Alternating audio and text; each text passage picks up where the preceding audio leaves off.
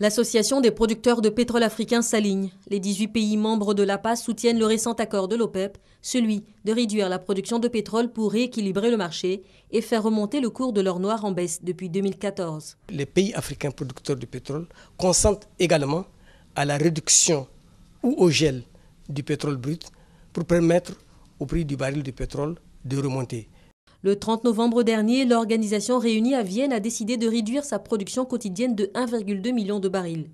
Au 1er janvier 2017, les 14 pays membres de l'OPEP devront limiter leur production à 32,5 millions de barils jour, contre 33,64 enregistrés en octobre dernier.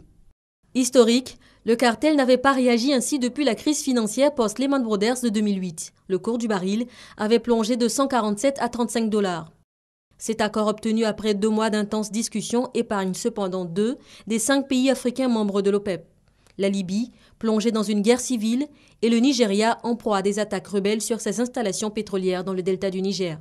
La Côte d'Ivoire ne devrait pas être fortement impactée par l'accord, mais l'Angola, premier producteur africain, devra baisser sa production de 87 millions de barils et le Gabon de 9 millions de barils jour.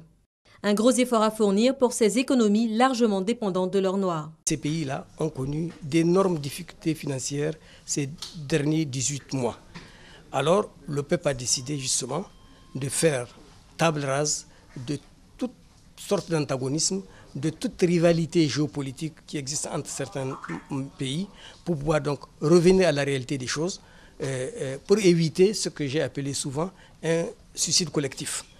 Le compromis de Vienne demande aussi aux pays non membres de l'organisation de réduire leur production à hauteur de 600 000 barils jour.